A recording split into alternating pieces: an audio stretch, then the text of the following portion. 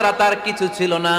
ওই বেলাল রাদিয়াল্লাহু তাআলা আনহুকে ডেকে বিশ্বনবী বললেন, আনফিক ইয়া বেলাল, ও বেলাল তুমিও আল্লাহর রাস্তায় দান করো। যে বেলাল রাদিয়াল্লাহু তাআলা আনহু লুঙ্গিটা পরা ছাড়া আর কোনো সম্পদই ছিল না, এই লুঙ্গিটাই সম্পদ, আর কিচ্ছু নেই। ওই বেলালকে বিশ্বনবী বলেছেন, দান করো বেলাল, কিপটামি করো না।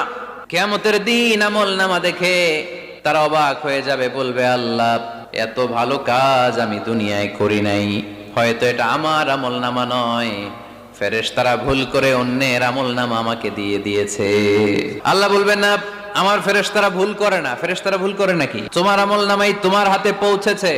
দানকারী বলবে আল্লাহ এত ভালো কাজ আমি করি নাই, কি করে এত আমলের পাহাড়। আল্লাহ বলবে ওই যে আমার খুশির জন্য, আমার ভালোবাসায় দুনিয়ার বুকে যে তুমি দান করেছো, ওই দানের সওয়াবটাকে পাহাড় পরিমাণ বড় করে আমি আল্লাহ নিজ দায়িত্বে তোর আমলনামায় ঢুকিয়ে দিয়েছি।